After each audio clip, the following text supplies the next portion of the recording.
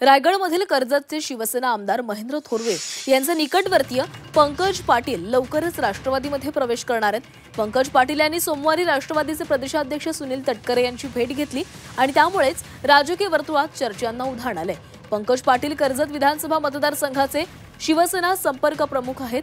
सलग 2 टर्म निवडून आलेले महेंद्र थोरवे यांच्या पाठीशी खंबीरपणे उभं राहून पंकज पाटील यांनी थोरवेंना मोठं मताधिक्य मिळवून दिलं होतं।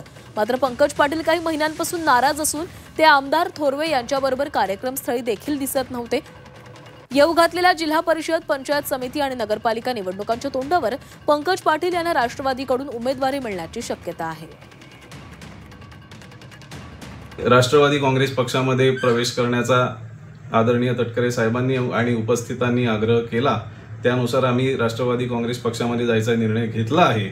मला या माध्यमातून आपणा सर्वांना सांगायचं आहे की कुठल्याही कर्जत नगर परिषदेच्या तिकिटासाठी कुठल्याही प्रकारच्या स्वार्थापोटी किंवा राजकीय स्वार्थापोटी हा निर्णय आम्ही घेतलेला नाहीये। गेली 1 ते 1.5 वर्ष शिवसेनेमध्ये काम करायला परिस्थिती अनुकूल नव्हती, याची संपूर्ण कल्पना सन्माननीय आमदार श्री महेंद्र थोरवे साहेबांना आहे। तशी वारंवार चर्चा आमची होत होती। विधानसभेला सुद्धा मी खोपोलीमध्ये जे काम केलं ते कसं केलं ते मला आणि महेंद्र थोरवे साहेबांनाच माहीत आहे।